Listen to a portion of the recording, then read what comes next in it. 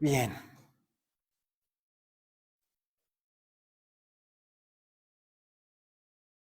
Estábamos estudiando, escudriñando la palabra bendita del Señor desde hace aproximadamente un mes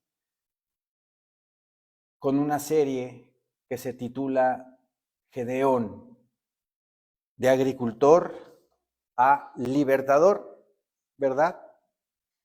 Por motivo de nuestro aniversario número 25, que fue la semana pasada, pues el Señor puso ese día otro mensaje.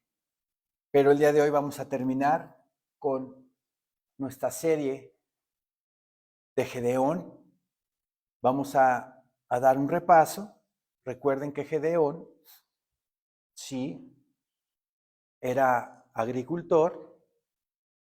Estaba Gedeón espigando, sembrando y cosechando el trigo a ocultas de los madianitas.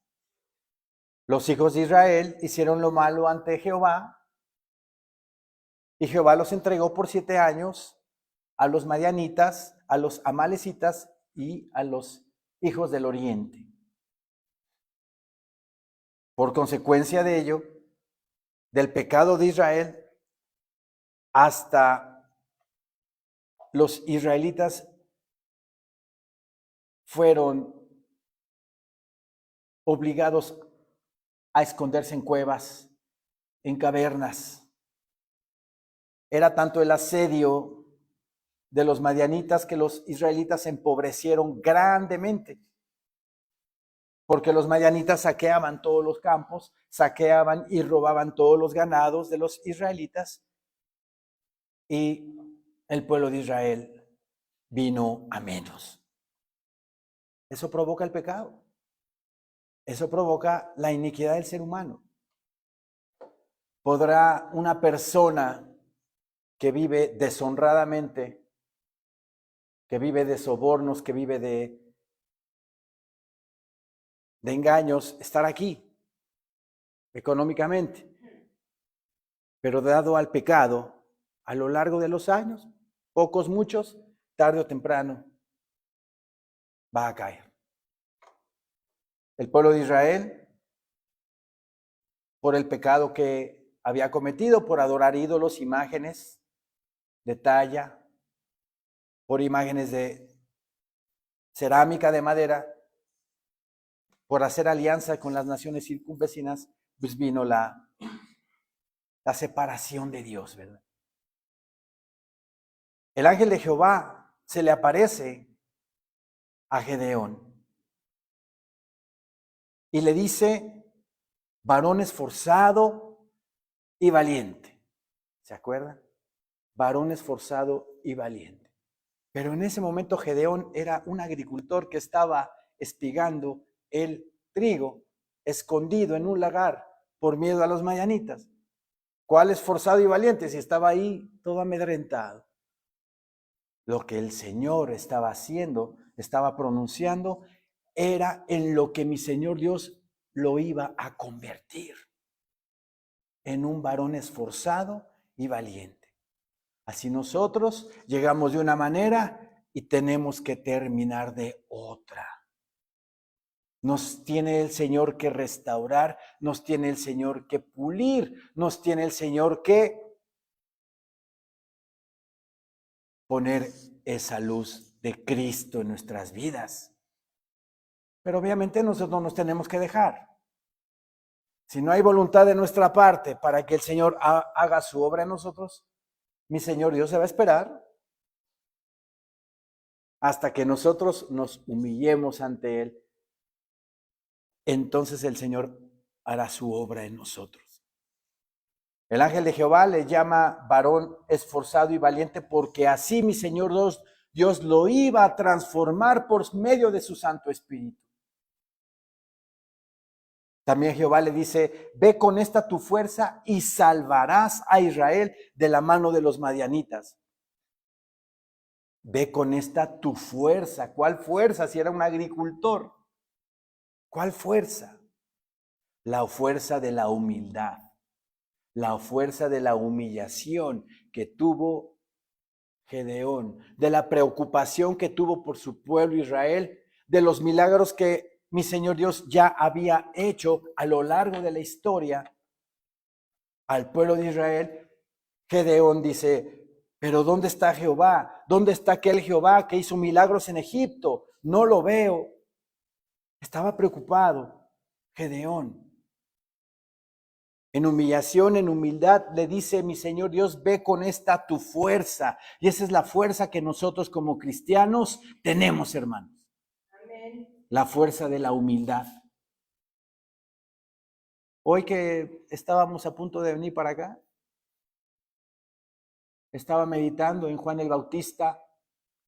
Sus discípulos le llegan y le dicen: Jesús, el Nazareno, está teniendo más discípulos que tú.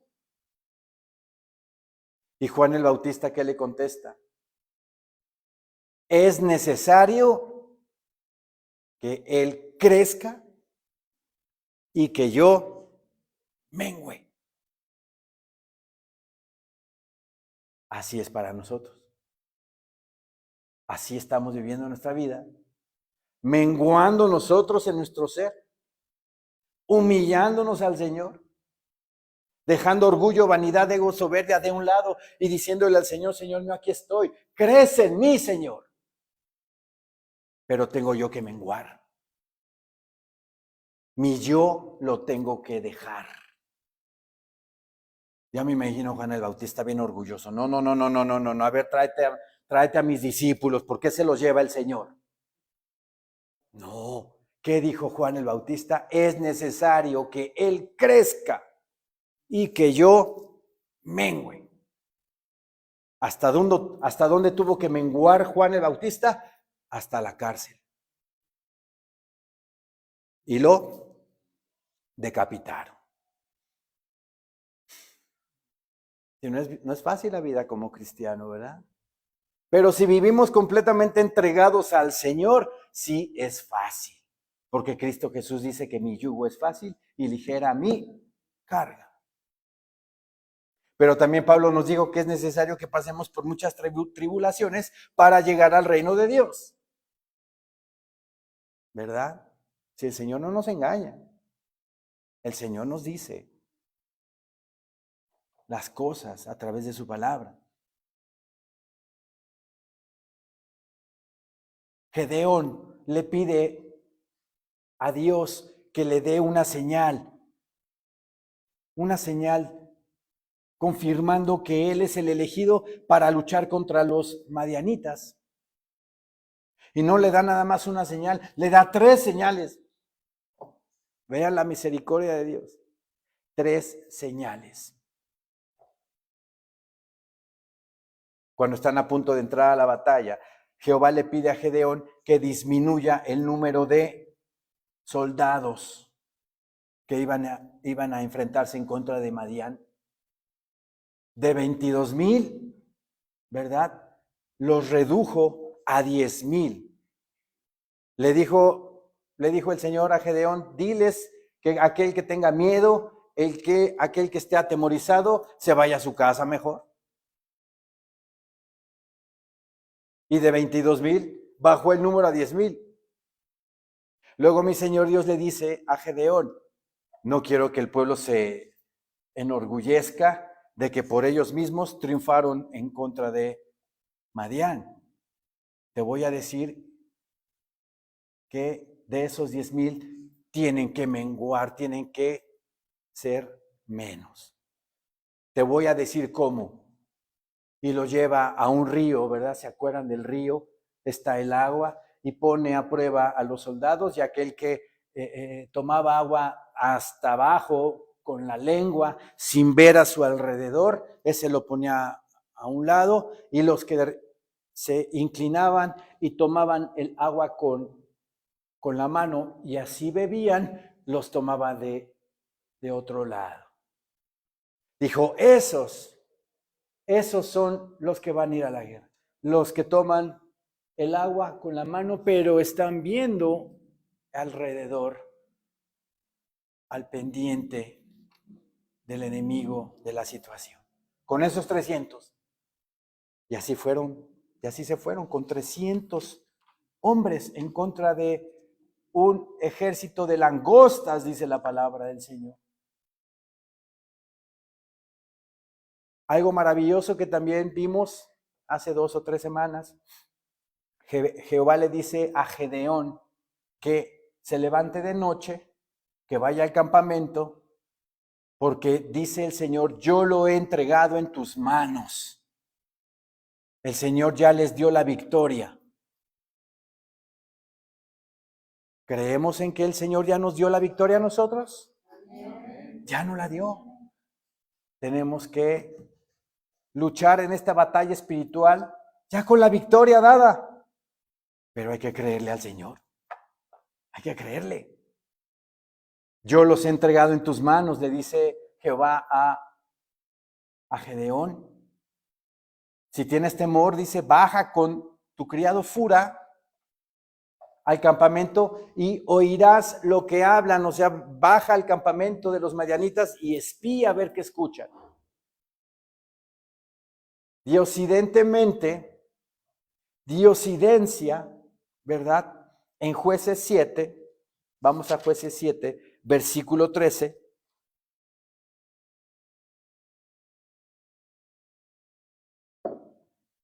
Jueces 7, versículo 13, dice el Señor en su palabra. Cuando llegó Gedeón, he aquí que un hombre estaba contando a su compañero un sueño, diciendo, he aquí yo soñé un sueño. Veía un pan de cebada que rodaba hasta el campamento de Madián, y llegó a la tienda, y la golpeó, de tal manera que cayó y la trastornó de arriba abajo, y la tienda cayó. Aquí yo veo a mi Señor Jesucristo. En todo el Antiguo Testamento vamos a ver figuras de Cristo Jesús plasmadas. ¿Por qué? Gedeón llega con su siervo Fura y escucha una conversación de madianitas atrás de una tienda y dice nuevamente, he aquí yo soñé un sueño. Veía un pan de cebada que rodaba hasta el campamento de Madián y llegó a la tienda. Ese pan de cebada, ¿quién es? Es Jesucristo nuestro Señor. ¿Quién es el pan de vida? Cristo Jesús. Yo soy el pan de vida. El que a mí viene nunca tendrá hambre. Y el que en mí cree no tendrá sed jamás. Ese pan de cebada. ¿Y por qué de cebada? Pudo haber sido de trigo. ¿Por qué de cebada? Si somos estudiosos en la palabra del Señor, detectaremos que Cristo Jesús resucitó en las primicias de cebada. ¿Se acuerdan? En la fiesta de las primicias, Cristo Jesús resucitó con gran poder y gran gloria. La cebada es el alimento más común, o era el alimento más común y barato en el antiguo cercano oriente. Es como el frijol ahora para nosotros. Entonces, ese pan de cebada que ve en este sueño, este madianita, dice, veía un pan de cebada que rodaba hasta el campamento de Madián y llegó a la tienda y la golpeó de tal manera que cayó. Cristo Jesús siempre al frente de nuestras batallas, como ese pan de cebada, ese pan humilde.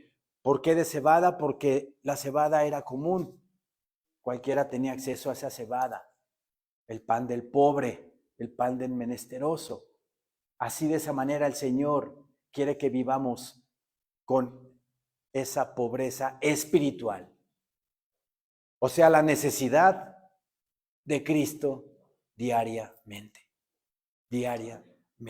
Entonces aquí yo veo al Señor, veía un pan de cebada que rodaba hasta el campamento de Madián y llegó a la tienda y la golpeó de tal manera que cayó y la trastornó de arriba abajo.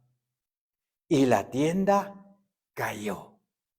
Cristo Jesús siempre al frente de nuestras batallas. Obviamente nosotros invocándolo. Nosotros siempre cuando tenemos alguna tribulación, algún problema, alguna lucha espiritual, inmediatamente poniendo al Señor en oración y pidiéndole que nos ayude a librar esa batalla que estamos enfrentando. Luego dice el versículo 14, y su compañero respondió y dijo, esto no es otra cosa sino la espada de Gedeón, hijo de Joás, varón de Israel. Dios ha entregado en sus manos a los madianitas con todo el campamento. Cuando Gedeón oyó el relato del sueño y su interpretación, adoró. Gedeón adoró, lo tuvo que ayudar Fura, su criado, le tuvo que revelar el sueño, porque Gedeón todavía no entendía. Y vuelto al campamento de Israel, dijo, levantaos porque Jehová ha entregado el campamento de Madián en vuestras manos. ¿Qué pasó después? En Jueces 7:20 dice la palabra del Señor, y los 3 escuadrones tocaron las trompetas y quebrando los cántaros, tomaron en la mano izquierda las teas y en la derecha las trompetas con que tocaban y gritaron por la espada de Jehová y de Gedeón. Gedeón organizó a esos 300 hombres en un tercio, o sea, repartió 100 a un lado de ese campamento, 100 al otro lado y 100 con él. Llevaban unos cántaros con una tea en el fondo, o sea, una mecha encendida. ¿Cuál fue la estrategia? Que se pusieron en diferentes partes del campamento madianita, quebraron los cántaros, se vieron las teas encendidas en diferentes partes del campamento y tocaron la trompeta. Eso espantó al campamento de los madianitas. Por eso dice así, y los 3 escuadrones tocaron las trompetas y quebrando los cántaros, tomaron en la mano izquierda las teas y en la derecha las trompetas con que tocaban y gritaron por la espada de Jehová y de Gedeón. Fue tal el caos en el campamento, se atemorizó el campamento de los madianitas, que el pueblo de Israel o esos 300 hombres lograron una batalla importante, de tal manera que Gedeón tuvo la oportunidad de hablarle a la tribu de Efraín para que también fuera a la batalla. Y los de la tribu de Efraín tomaron a 2 príncipes de los madianitas, Oreb y Zeb, y los mataron. Ahora, en el capítulo 8, ¿sí? Jueces 8:1, dice la bendita palabra del Señor. No se me distraigan. Aquí está el culto, por favor.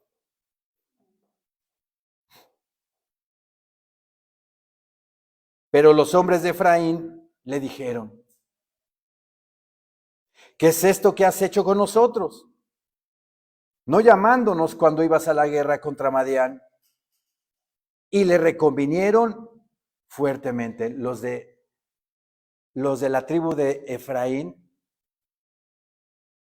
le reclamaron a Gedeón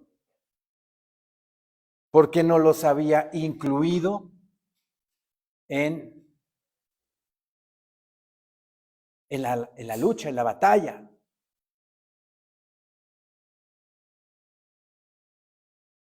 Versículo 2, a los cuales él respondió, ¿qué he hecho yo ahora comparado con vosotros? ¿No es el rebusco de Efraín mejor que la vendimia de Abiezer? ¿Qué quiere decir con esto? La tribu de Efraín, que era de la tribu del reino del norte, era protagonista, era de las más fuertes, importantes del reino del norte. Recuerden que el pueblo de Israel se dividió por su pecado, por el pecado de Salomón, se dividió en el reino del norte y el reino del sur. ¿Ok? Y de las 10 tribus del reino del norte, la que más se distinguía era la tribu de Efraín. Como decimos en México, la tribu de Efraín quería estar en el evento de todas las tribus, quería estar en todo la tribu de Efraín. Y le reclama a la tribu de Efraín a Gedeón que por qué no le habían avisado a Efraín para estar ahí en la batalla. Pero ¿qué es lo que estaba pasando? Efraín quería nada más la medallita, el reconocimiento de que también Efraín estuvo ahí en la batalla. ¿Me explico? Por eso le reclaman. ¿Sí? Versículo 2 dice, a los cuales le respondió, ¿qué he hecho yo ahora comparado con vosotros? ¿No es el rebusco de Efraín mejor que la vendimia de Abiezer? ¿Qué significa esto? En el resumen que ahorita estuvimos hablando, comenté que los de la tribu de Efraín, ¿verdad? Al final se les habló y lo que hicieron fue matar a 2 príncipes de los madianitas, a Oreb y a Zeb. Jueces 7:25 dice así, y tomaron a 2 príncipes de los madianitas, Oreb y Zeb, y mataron a Oreb en la peña de Oreb, y a Zeb lo mataron en el lagar de Zeb. Y después que siguieron a los madianitas, trajeron las cabezas de Oreb y de Zeb a Gedeón al otro lado del Jordán. Eso lo hicieron los de Efraín al final.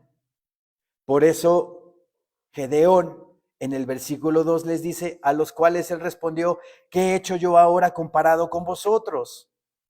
Sabiamente les habla Gedeón. ¿No es el rebusco de Efraín mejor que la vendimia de Abiezer?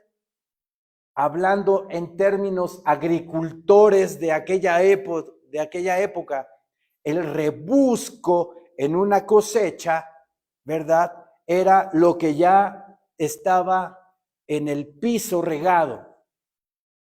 Venía la cosecha de trigo o venía la vendimia de uva, ¿verdad? La uva se va quitando de la planta, ¿verdad? Y de repente el agricultor o la campesina que está quitando la uva, de repente se le cae la uva. En la cultura de Israel de aquel entonces, la palabra del Señor les dice a los israelitas que no aspiren todo el campo, que dejen fruto en el campo para el pobre y para el extranjero. ¿Sí? Entonces Gedeón les dice, ¿no es mejor el rebusco de Efraín? O sea, ustedes se llevaron la mejor parte porque mataron a los 2 príncipes de Madián. Ustedes están llevando el mejor crédito porque mataron a 2 príncipes. Luego dice, ¿qué he hecho yo ahora comparado con vosotros? ¿No es el rebusco de Efraín mejor que la vendimia de Abiezer? Abiezer es la tribu de donde venía Gedeón, los abiezeritas. Es mejor que ustedes mataran a esos 2 príncipes que nosotros toda la cosecha que hicimos, o sea, la muerte de los madianitas que ya estaban en su poder. Pero Gedeón lo habla de manera prudente, sabia, para no tener problemas con los de Efraín. Porque los de Efraín querían estar en todas. ¿Sí? Luego dice el versículo 3. Dios ha entregado en vuestras manos a Oreb y a Zeb, les dice a los de Efraín, príncipes de Madián. ¿Y qué he podido yo hacer? Gedeón les da el crédito, diciéndoles, ustedes mataron a 2 príncipes. Nosotros, puro soldado raso. ¿Me explico? Ok. Versículo 4 dice, y vino Gedeón al Jordán, y pasó él y los 300 hombres que traía consigo, cansados, mas todavía persiguiendo. Y dijo a los de Sucot son de la tribu de Gad, yo os ruego que deis a la gente que me sigue algunos bocados de pan, porque están cansados, y yo persigo a Selva y Salmuna, reyes de Madián. Vean lo que les contestó. Y los príncipes de Sucot respondieron, ¿están ya Seba y Salmuna en tu mano para que demos pan a tu ejército? O sea, ya terminaste con la guerra, ya mataste a los reyes, no a los príncipes, a los reyes de Madián, para que vengan tus soldados y yo ya les pueda dar pan. Vean nada más la respuesta de los de Sucot. Si están en plena guerra, por solidaridad, ¿verdad? Por compañerismo, por hermandad, agarra y sí, que vengan y aquí sus tortitas de jamón y su cafecito, vamos a tratarlos bien para que estén fuertes para la guerra, ¿verdad? Pero no, les dicen los de Sucot, no, hasta que terminen de matar a todos, entonces vengan por sus hot dogs.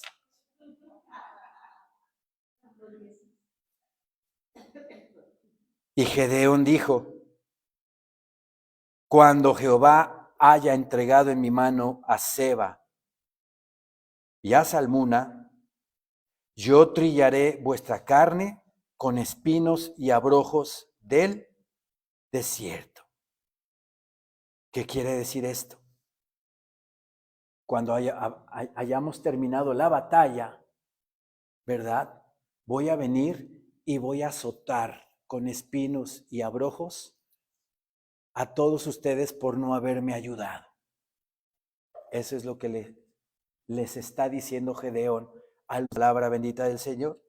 De allí subió a Peniel, que también es parte de la tribu de Gad, Peniel, y les dijo las mismas palabras, que si les daban pan porque no habían comido en todo el día. Los soldados luchando todo el día, ya son las 7 de la noche y no tienen alimento, pues no le van a atinar al enemigo, tan hambrientos. Entonces Gedeón quería, ¿verdad?, que les abastecieran de alimento de sus hermanos, para seguir combatiendo a sus enemigos. Y también los de Peniel les dijeron, no, hasta que termine la guerra, ven por tus tacos. Versículo 10, y Seba y Salmuna estaban en Carcor, y con ellos su ejército como de 15,000 hombres, 15,000 del enemigo, todos los que habían quedado de todo el ejército de los hijos del oriente, pues habían caído 120,000 hombres que sacaban espada. Vean el milagro de Dios. Por eso jamás debemos de dudar de la mano poderosa de Dios. ¿Cuántos fueron los que combatieron contra los madianitas? ¿Cuántos? 300 contra 20 y tantos mil. ¿Y qué dice aquí la palabra? ¿Qué dice? Versículo 10. Y Seba y Salmuna, hombres enemigos contra 300. Con 300 hombres, mi Señor Dios ganó la batalla. ¿Pero por qué? Porque Gedeón le creyó a Dios. Porque Gedeón tuvo confianza en Dios. Hay un versículo, Jueces 7:15. Dice el Señor en su palabra, cuando Gedeón oyó el relato del sueño y su interpretación, adoró. ¿A quién adoró? A Dios. Y vuelto al campamento de Israel, dijo, levantaos porque Jehová ha entregado el campamento de Madián en vuestras manos. Gedeón hablando en fe, diciendo, Señor, nuestro Dios ya nos entregó para vencer preocupaciones, para vencer enfermedades.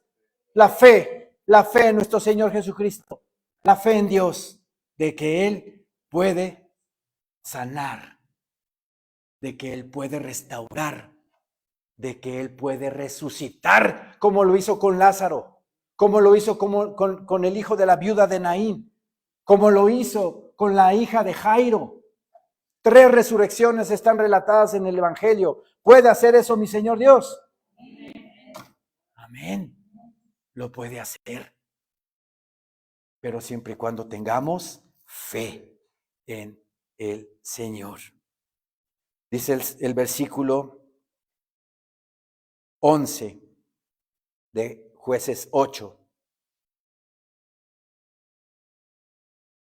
Subiendo pues Gedeón por el camino de los que habitaban en tiendas al oriente de Nova y de Jobbejá, atacó el campamento porque el ejército no estaba en guardia, los agarró desprevenidos. Los agarró viendo Netflix, los agarró viendo Prime. Pues es que los tienen embotados a todo mundo con esas cosas. En vez de buscar al Señor en su bendita y santa palabra. Aquí está la verdad, no en lo que vemos y escuchamos allá afuera en el mundo. Estaban distraídos los de Madián. Como dice aquí al final del versículo 11, porque el ejército no estaba en guardia. Y huyendo Seba y Salmuna, versículo 12, él lo siguió y prendió a los 2 reyes de Madián. Gedeón los prendió. Seba y Salmuna. Y llenó de espanto a todo el ejército.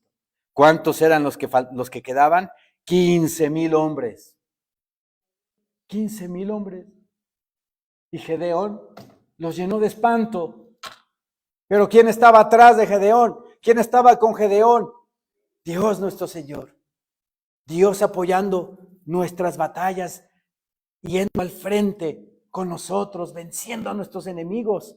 Pero obviamente nosotros en fe, totalmente entregados al Señor, viendo cómo el Señor hace maravillas y milagros en nuestras vidas. Versículo 13 dice, entonces Gedeón, hijo de Joás, volvió de la batalla antes que el sol subiese y tomó a un joven de los hombres de Sucot y le preguntó. Y él le dio por escrito los nombres de los principales y de los ancianos de Sucot, 77 varones. ¿Por qué les preguntó? ¿Por qué le preguntó a este joven de los nombres de los de Sucot? Fueron los que no quisieron darle el alimento al ejército, ¿se acuerdan? Estaban cansados y fueron con los de Sucot y oye, pues dame alimento, provéeme el alimento, por favor. Y no quisieron hasta que acabes la batalla. Entonces Gedeón toma a un joven, como dice aquí el versículo 14, y tomó a un joven de los hombres de Sucot y le preguntó. Y él le dio por escrito los nombres de los principales y de los ancianos de Sucot, 77 varones. Y entrando a los hombres de Sucot, dijo, he aquí a Seba y a Salmuna, ¿qué fue lo que hizo? Los azotó con espinos y cardos del desierto. Asimismo derribó la torre de Peniel y mató a los de la ciudad.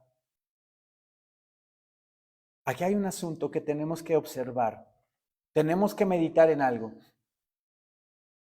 Los de Efraín llegaron y le reclaman a Gedeón por qué no los había incluido en la batalla. ¿Sí? Y Gedeón, de una manera sabia y prudente, les dice, bueno, pero es que ustedes se llevaron la cereza del pastel. matando a 2 príncipes de Madián. Y con eso aplacó la ira de los de Efraín. Como dice la palabra del Señor en el Proverbios 15:1, la blanda respuesta quita la ira, más la palabra áspera, ¿verdad? ¿Verdad? Hace subir el furor. La palabra áspera hace subir el furor. Si alguien viene y me gritonea y yo le gritoneo más, bueno, pues ahí ya se armó la campal. Pero si alguien viene y me grita y yo le hablo de manera dulce, tranquila, afable, la contienda se acaba, porque el que está empezando la agresión va a ver tu actitud humilde, sumisa, tranquila, y ya no va a pelear contigo. ¿Qué quiere mi Señor Jesucristo? Que seamos como Él, ¿no? Aprended de mí, dice el Señor en su palabra. Aprended de mí, que soy manso y humilde de corazón. Y hallaréis descanso para vuestras almas. Si vivimos en mansedumbre, si vivimos en humildad, en prudencia, en sencillez de corazón, no buscando problemas, y si vienen a buscar en problema, yo alejarme de ese problema, vamos a vivir en paz en nuestras vidas. Es una bendición vivir en paz en este mundo tan lleno de problemas, tan lleno de maldad. El cristiano vive en paz, vive en gozo, porque vive reposando en la faz de Jesucristo, abrazado bajo las alas del Omnipotente. Como dice Salmo 91:1, el que habita al abrigo del Altísimo morará bajo la sombra del Omnipotente. ¿Quién dice amén a esa palabra? Así es, hermanos. Vivamos bajo la sombra del Omnipotente, ¿verdad? Escondiéndonos ahí, refugiándonos. Como dice mi Señor Jesucristo, le dijo a Jerusalén, Jerusalén, Jerusalén. Le dolió en su corazón a mi Señor Jesucristo, Jerusalén. Yo que quise ser como la gallina, ¿verdad? Abrazando a sus polluelos. Y no te dejaste. Y no te dejaste. No conociste el tiempo de tu visitación, les dijo. No detectaste el tiempo de que yo, su Mesías Salvador, vino a redimirlos, a salvarlos. Pero gracias a Dios nosotros hemos detectado, sabemos con todo nuestro corazón que Jesucristo es el Hijo de Dios. Porque de tal manera amó Dios al mundo, que ha dado a su Hijo unigénito, para que todo aquel que en él cree no se pierda, mas tenga vida eterna. Porque Dios no envió a su Hijo al mundo para condenar al mundo, sino para que el mundo sea salvo por él. ¿Quién dice amén a eso? Mi Señor Jesucristo también dice en Juan 14:6, yo soy el camino y la verdad y la vida. Nadie viene al Padre si no es por mí. Por medio de Jesucristo, el Hijo de Dios, podemos tener vida eterna y salvación. Solamente por Él. Porque Él es el camino, o dice la palabra, Juan 14:6, que hay muchos caminos. Hay un solo camino, Jesucristo. Yo soy el camino, la verdad. ¿Quieren saber la verdad de todas las cosas? La verdad, la verdad. Como dicen los jóvenes, la neta, ¿quieren saber la neta? Aquí está la neta. Aquí, en este libro, leyéndolo, escudriñándolo, meditando en él. Toda la Biblia, desde Génesis a Apocalipsis, habla de Jesucristo. Toda. Acabamos de citar en Jueces 7, ¿verdad? Jueces 7, versículo 13, que ahí vemos a Jesucristo, ese pan de cebada que baja a la tienda de los madianitas y las destroza. Ahí vemos a Jesucristo, porque dice el Señor en su palabra: yo soy el pan de vida. El que a mí viene nunca tendrá hambre. Vas a estar saciado espiritualmente, completo, en plenitud del ser humano. El ser humano buscando plenitud por otro lado, en filosofías, en doctrinas. Pero la plenitud del ser humano está en Jesucristo, porque tenemos su espíritu de vida, que nos hace respirar, que nos hace movernos, que nos hace disfrutar de esta vida. Ese espíritu de vida es de Dios y tenemos que alimentarlo también. No de ribeye nada más, no de New York, no de Tomahawk, de esos cortezotes. No, también el alma, el espíritu tiene que ser alimentado. Y si vivimos entregados completamente al Señor, vivimos en la plenitud del Señor. Y es maravilloso, maravilloso vivir así, en esa plenitud. ¿Ok? Bien. Continuamos. Entonces, Jueces 8, versículo 17. Asimismo derribó la torre de Peniel, también a los de Peniel les pidió de favor alimento y también se lo negaron. Y dice, y mató a los de la ciudad.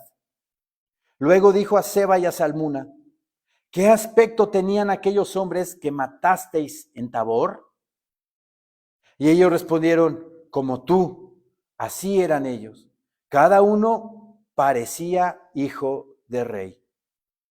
Y él dijo, mis hermanos eran hijos de mi madre. Vive Jehová, que si les hubierais conservado la vida, yo no os mataría. Mataron a sus hermanos, ¿verdad? Mataron a sus hermanos de Gedeón, estos reyes de Madián. Y dijo a Jeter, su primogénito, levántate y mátalos. Pero el joven no desenvainó su espada porque tenía temor, pues era aún muchacho. Entonces dijeron Seba y Salmuna, levántate tú y mátanos, porque como es el varón, tal es su valentía.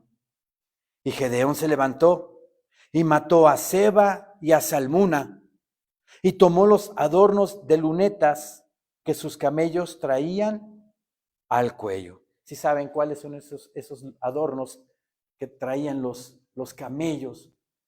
Sobre todo en las películas que vemos de aquellos ayeres, tanto elefantes como camellos tenían en su cuello como una luneta, como una bufanda, pero adornada de piedras preciosas. ¿Sí? Los hindúes a los elefantes y los árabes en el Medio Oriente. A eso se refiere la palabra. Repito el 21, entonces dijeron a Seba y Salmuna, levántate tú y mátanos. Los reyes de Madián le dicen a Gedeón, levántate tú y mátanos, porque como es el varón, tal es su valentía. Y Gedeón se levantó y mató a Seba y a Salmuna, y tomó los adornos de lunetas que sus camellos traían al cuello. Eran adornos de piedras preciosas, ¿sí? Piedras preciosas, por eso tomaron los adornos. ¿Ok? Versículo 22. Y los israelitas dijeron a Gedeón, sé nuestro Señor, tú y tu hijo y tu nieto, pues que nos has librado de mano de Madián. ¿Estuvo correcto lo que le pidieron los de Israel a Gedeón? ¿Que fueran su Señor? No, ¿verdad? No estuvo correcto. Le dieron, no, Señor, la gloria a Dios, la gloria a Cristo.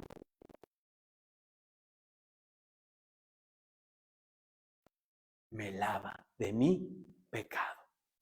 Gracias al Señor, porque por eso vino. Él vino a redimir a la humanidad de todos nuestros pecados. El justo por los injustos, dice la palabra bendita del Señor. ¿Quién es el justo? Cristo. porque Él se entregó en esa cruz sin pecado. Él tenía que venir a deshacer la maldición de la ley que hay escrita en este libro. Hay una maldición y Cristo vino a quitarla en la cruz del Calvario. Para deshacer esa maldición, ¿qué tengo que hacer? Llegar por fe delante de Él y decirle: yo te recibo como mi único Señor y suficiente Salvador de mi vida. Entonces, en ese momento el Señor me perdona todas mis toneladas y toneladas y toneladas y toneladas de pecado que yo tenía en mi vida.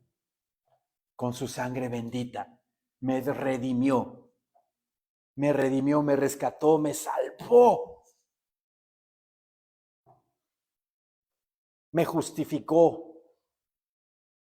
Soy justo por mi justicia. Ningún hombre es justo, dice la palabra de Dios, Romanos 3:23, por cuanto todos pecaron y están todos destituidos de la gloria de Dios. Ningún ser humano puede ser justificado por sí mismo. El que nos justifica es Dios, por la obra de Jesucristo en la cruz del Calvario. El justo por los injustos. Entonces es por fe, ¿verdad? Que tengo que acercarme al Señor por fe. Le confieso mi pecado al Señor y Él me lava con su sangre preciosa que derramó Él en la cruz del Calvario. Entonces, el único Señor que tengo es Él. Es Él, mi único Señor. La palabra Señor, para que se den cuenta, la palabra Señor en el griego significa mi amo, mi dueño, mi jefe supremo. En griego es kurios, la palabra kurios. Búsquenla ahí en Google, no los estoy engañando. Él es mi kurios, Él es mi amo, Él es mi dueño, porque me ha dado vida y vida en abundancia. Juan 10:10 lo dice, ¿verdad? Que el enemigo vino a robar, a matar y a destruir. Yo vengo para que tengan vida y vida en abundancia. La abundancia de la vida solamente la da Jesucristo. Por eso aquí están mal los israelitas que querían hacer Señor a Gedeón, dice, y los israelitas dijeron a Gedeón: sé nuestro Señor, tú y tu hijo y tu nieto, pues que nos has librado de mano de Madián. No fue Gedeón el que los libró de la mano de Madián. ¿Quién fue? Fue Dios. 300 contra una multitud, dice la palabra, una multitud que había en el desierto, ¿verdad? De madianitas, de amalecitas y de los hijos del oriente. ¿Se acuerdan? Era una multitud.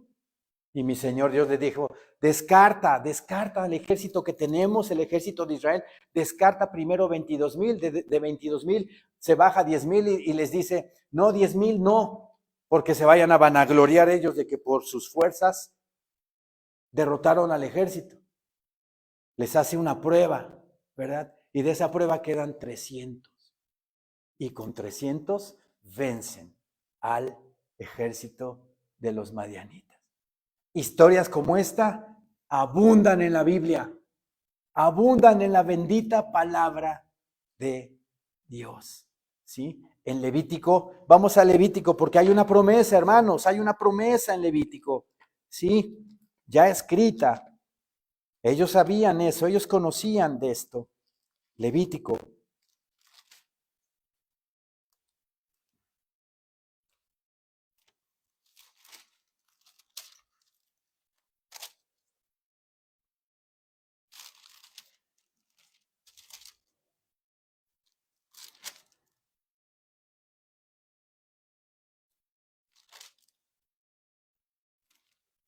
Levítico 26. Levítico 26 hay una promesa hermosísima.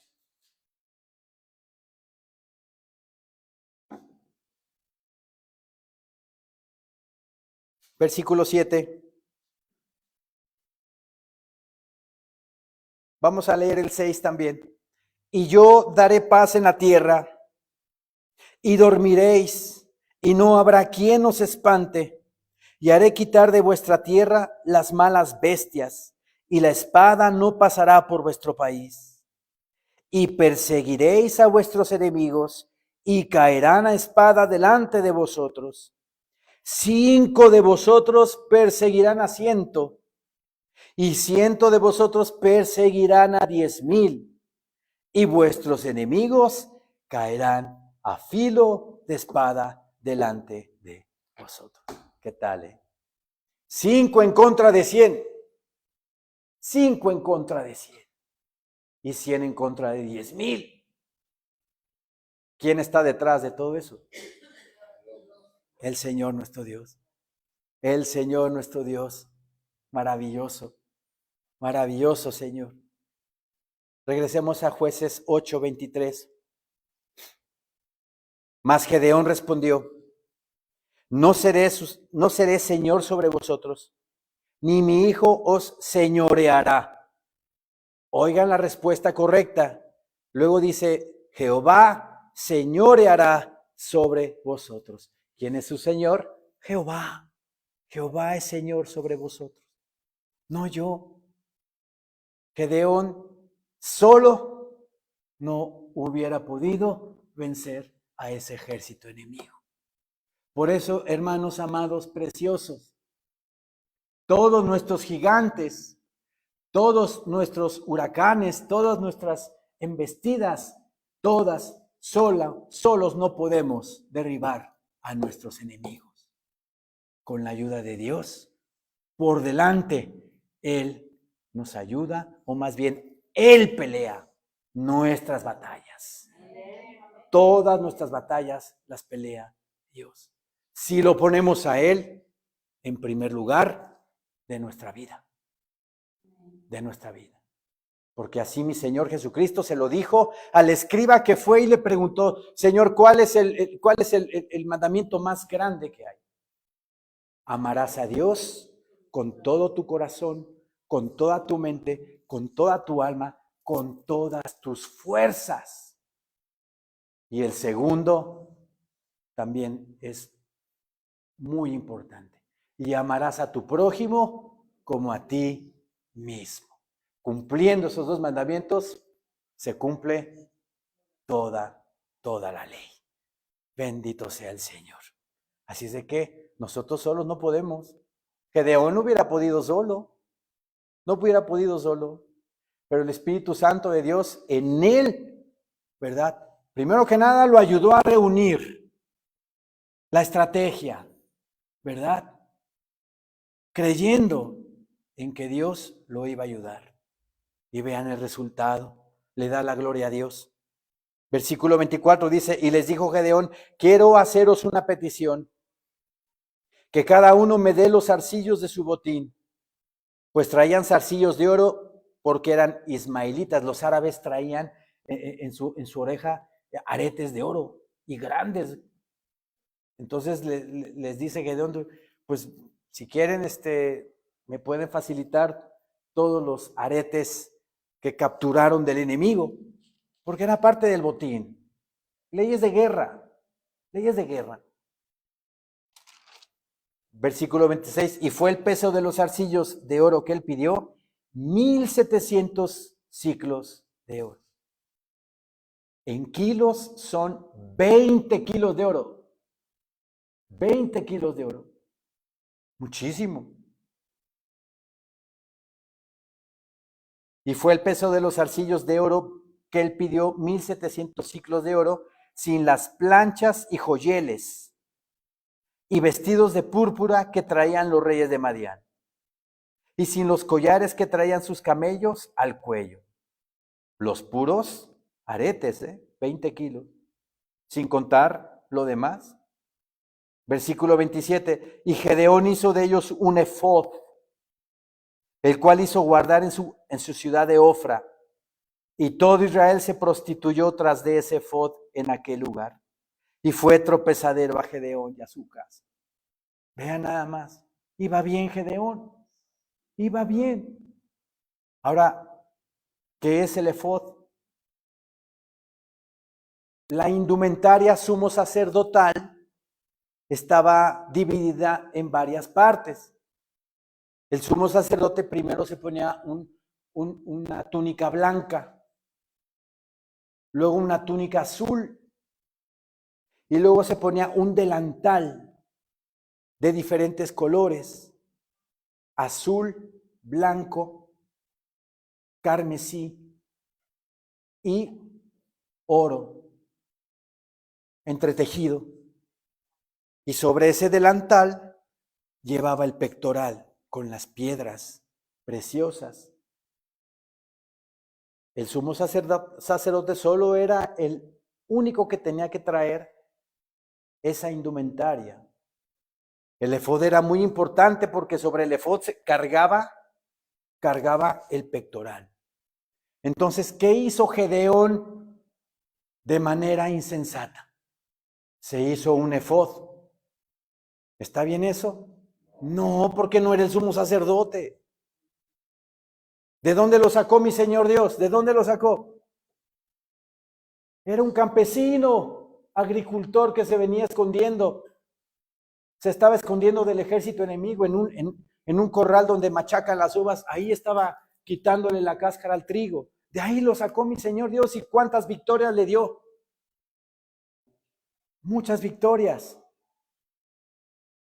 Cuando llegamos a esa cúspide, ¿verdad? Nos podemos perder. El orgullo, la vanidad del ego está impregnada, está en nuestra naturaleza humana.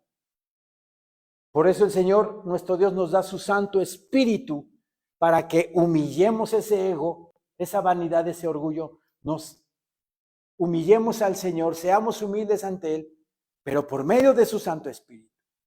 Porque sin su Santo Espíritu no podemos. Y vivir así. Pero tal parece que Gedeón empezó pues como dices, se le empezó a subir la fama, ¿verdad? Y se hizo un efod.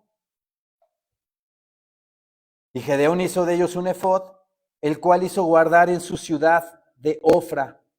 Y todo Israel se prostituyó tras ese efod en aquel lugar. O sea, lo convirtieron en una idolatría, ¿verdad? Lo idolatraron, ¿verdad? Ay, mira el efod y me va a dar suerte y me lo pongo en mi casa y me va a ayudar, me va a proteger como un talismán. Fue de tropezadero para el pueblo de Israel. Y todo Israel se prostituyó tras de ese efod en aquel lugar y fue tropezadero a Gedeón y a su casa. Cayeron en idolatría. Adoraron a una cosa hecha por el hombre. Así fue subyugado Madián delante de los hijos de Israel. Y nunca más volvió a levantar cabeza. Y reposó la tierra 40 años en los días de Gedeón. Luego Jerobbaal, hijo de Joás, que es Gedeón. ¿Se acuerdan por qué le pusieron Jerobbaal? Jerobbaal significa contienda Baal contra él. Acuérdense que los madianitas controlando al pueblo de Israel. En la casa de Gedeón había ídolos, imágenes. Y mi Señor Dios le dice a Gedeón que quite todo eso, que derrumbe todo eso, que acabe con él. Todo el pueblo se le va encima. Sale el papá de Gedeón a defender a su hijo. Bueno, si Baal tiene poder, que se defienda solo. ¿Se defendió Baal, la estatua que tenían ahí en su casa? ¿Se defendió Baal? Pues no, porque no era nada. No era nada. Vean hasta dónde llegó Gedeón a darle el triunfo a Israel. Y todavía le dicen Jerobbaal. Todavía no A Baal no le da la gana, digámoslo así, contender contra él, porque no es nada, algo hecho por el hombre. ¿Ok? Luego Jerobal, hijo de Joás, fue y habitó en su casa. Y tuvo Gedeón 70 hijos que constituyeron su descendencia, porque tuvo muchas mujeres. Se empezó a descomponer Gedeón. Empezamos a caminar y a subir un poquito, y luego otro poquito, y luego ahí vemos ya la fama, me va muy bien, y empezamos a hacer cosas que no debemos de hacer. Pero si vivimos sometidos a Dios, el Señor siempre nos va a decir, ven a dónde vas. Aquí en el piso te quiero, ¿verdad? ¿Cuántos pastores se dejan adular por las ovejas del Señor? ¿Cuántos pastores agarran y dicen, mis ovejas? ¿Son mis ovejas? ¿De quién son? Son de Dios. Son de Dios. Yo también soy oveja del Señor. Yo no soy nadie. Simplemente un siervito de Dios. Nada más. Nada más.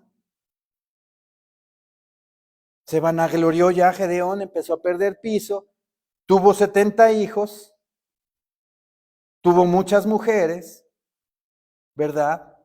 Y dice el versículo 31, también su concubina que estaba en Siquem, o sea, no nada más 70 mujeres, no nada más muchas mujeres, aparte tenía su detallito en otro lado, su concubina. Tenía su detalle, como dice Cantinflas, ¿verdad?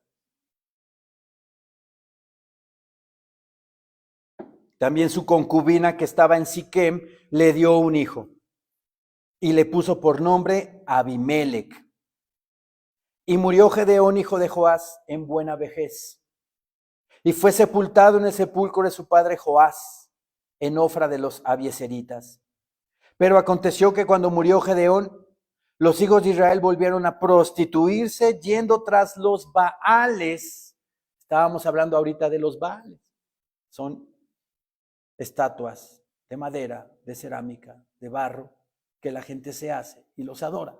Esos eran los Baales. Supuestamente Baal era el dios el dios del sol, el dios de la vida.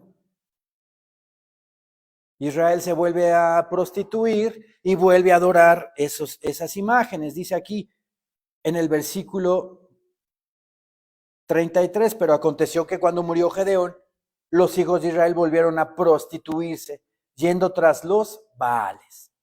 Y escogieron por Dios a Baal Berit. Y no se acordaron los hijos de Israel de Jehová su Dios, que los había librado de todos sus enemigos en derredor. El cristiano debe de tener siempre memoria de todos los milagros y maravillas que Él ha hecho en nuestra vida. No siempre vamos a andar acá, ¿verdad? No siempre vamos a andar acá. A veces vamos a andar acá, porque el Señor nos prueba nuestra fe con aflicciones, ¿verdad? Con conflictos, con problemas. A veces con situaciones más duras. Pero Él quiere saber si verdaderamente lo amo con todo mi corazón. Jamás abandonarlo, pero sí acordarme de todo lo que ya hizo el Señor en mi vida.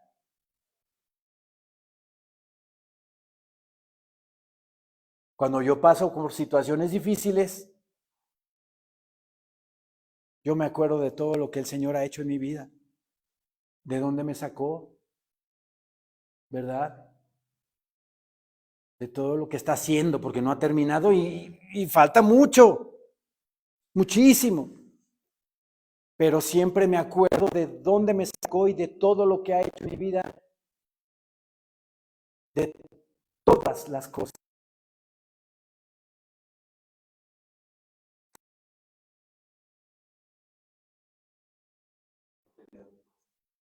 No, No nada más lo material, sino una vida tranquila, una vida en paz, en gozo, con una esposa, con un hijo. Todas esas cosas son las que valen. El dinero va y viene, pero la plenitud de tu vida está en el Señor, en el Señor. Versículo 34, y no se acordaron los hijos de Israel de Jehová su Dios, que los había librado de todos sus enemigos en derredor. No se acordaron. Increíble.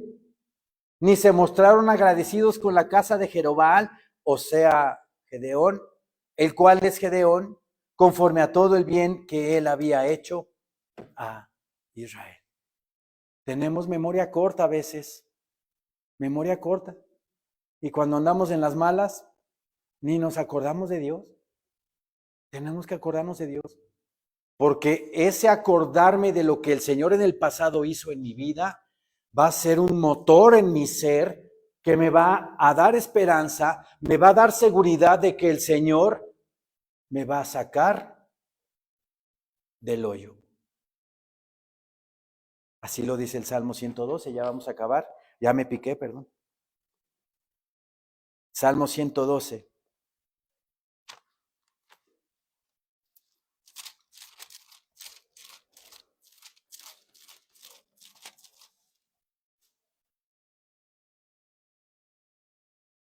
Les recomiendo que mediten este salmo en sus casas, está precioso, hermosísimo. Salmo 112 habla del justo. Por ejemplo, el versículo 1 dice, bienaventurado el hombre que teme a Jehová y en sus mandamientos se deleita en gran manera. Que te deleitas a escudriñar la palabra, que te da gozo, que te da paz, que no la quieres soltar, que en todo momento la quieres leer. Ese es bienaventurado. Dice, su descendencia será poderosa en la tierra. La generación de los rectos será bendita. El versículo 7 dice, no tendrá temor de malas noticias. Su corazón está firme, confiado en Jehová. No tendrá temor de malas noticias, porque ese miedo, esa incertidumbre, el amor de Dios al justo entregado, ¿verdad? ¡Fum! Ese miedo sale. Y yo vivo seguro de que mi Señor Dios tiene el control de mi vida. Totalmente, totalmente. Sí. Gedeón acabó mal, pero hubo consecuencias. En la época de jueces, que es la que estamos leyendo, ¿verdad? 450 años de jueces, no había rey. O sea, no se moría el juez y heredaba el reino o el gobierno el hijo. No había eso. Sino Dios en su misericordia escogía, por ejemplo, escogió a Sansón, escogió a Samuel, escogió a Jefté, escogió a Débora, jueces y jueza de Israel en ese tiempo. Pero no venían de un linaje. El hijo que tuvo Gedeón con la concubina se hizo rey. En Jueces capítulo 9, léanlo en su casa, tienen tarea, ¿eh? Tienen tarea. También léanlo en su casa. El hijo de la concubina, por hacer Gedeón las cosas mal, por tener muchas mujeres, por no estar en el orden del Señor, vienen estas consecuencias.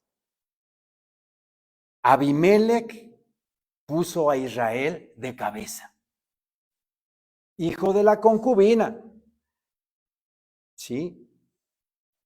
¿Qué debemos de hacer nosotros? Siempre vivir bajo la voluntad de Dios. No salirnos de este hermoso libro, ni a diestra ni a siniestra, sino, como dice Pablo, prosigo al blanco, al supremo llamamiento en Cristo Jesús, Señor nuestro.